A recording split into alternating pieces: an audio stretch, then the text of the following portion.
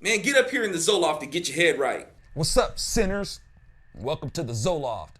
Now, I reckon like many of y'all, I've wondered why Jesus cried out, "My God, now why are you tripping on me?" Now, we understand that there were some sacrifices that had to be made for our salvation. Among those was the body of Jesus. But for our salvation, Jesus also had to sacrifice his omniscience. If Jesus had to ask God why he was being forsaken, it means that he didn't know everything. And this is very important because if Jesus had full understanding of the event and was in a state of omniscience, then there would be no room for faith. It's said that knowledge is power, right? Well, if that's the case, then Jesus went to the cross powerless because he didn't know why God was forsaking him. Really, he wasn't powerless. His power was in his faith. When Jesus asked, "My God, why have you forsaken me?" Testimony says his following words include him saying, "Into your hands I commit my spirit." Right there is the key to making sense of why Jesus asked why he was being forsaken. Remember, y'all, faith was a big thing that Jesus was trying to get across. Demons have knowledge of the existence of God, but they don't have the faith that he knows best. So looking at that key statement of Jesus saying, "Into your hands I commit my spirit," that's not just Jesus saying, "Woo, what a day it's been and I am beat. I think I'm gonna just go ahead and die right now." Jesus says, "Into your hands I commit, I entrust, I give you my full service. All I have left is my spirit, and it's yours."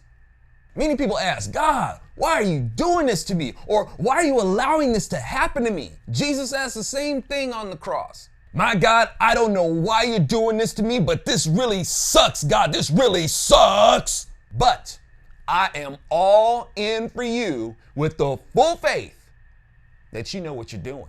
Remember, y'all, Jesus was prophesied as the suffering servant. To be genuinely obedient, Jesus couldn't be endowed with the full understanding of what he asked. He had to have the faith to be fully obedient without being fully knowledgeable.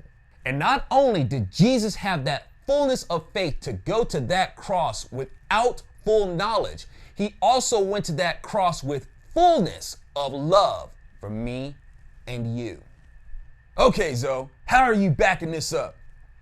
Okay, when I examine the prayer of Jesus at Gethsemane, and on a side note, the first syllable of Gethsemane is Gath. Remember what I mentioned earlier, y'all?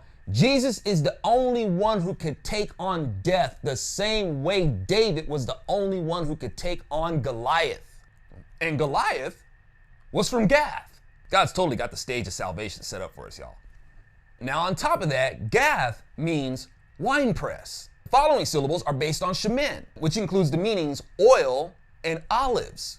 Olives implicate the Jews. When Jesus was praying at Gethsemane, he was both warrior who will become the winepress of his enemies, or Gath of his enemies, and redeemer of God's people, the shemen, the olive, the Jews. Shemen also means lavish, choice, meaning the Lord wants to lavish his people with love and the fertile fatness of the land. And thanks to Jesus, that love is available to all who call on him.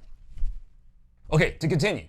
Jesus asked God if this cup could pass from him. Look here, if there's any other way that we can do this, God, that would be awesome. Any ideas, God? Any. But Jesus still says, "Not my will be done, but yours." And it got me wondering for a second, Jesus, what might your will have been? Might have been something like, "Look here, if any of y'all try to touch me with that whip, I will rip your arm off, beat you to death with it, bring you back to life with both arms, rip your arm off again, and beat you to death again." But regardless of that, with full obedience, Jesus still said, "Not my will, yours," because your will is best. But he asked, "Hey, how about this cup passing from me?" Because he didn't have the full knowledge of what was happening. So with the most genuine faith and obedience, he said, "Your will, not mine." Jesus was already sweating blood before he got to the cross when he said, "Not my will, but yours." Now, let's take that to the cross. "God, I don't fully get this, but I'm committed. Mind, body, and spirit, it's all yours. I'm in the good hands of the original Allstate." and there is no better insurance. Thanks again for coming to get that refill on the Zoloft. Be sure to share with your friends, family, or even people who get on your nerves. And if you'd like to see these commentaries keep on keeping on, please visit my website, AlfonZoRachel.com, to see how you can support. God bless you. See you next time. Now, why are you tripping on me?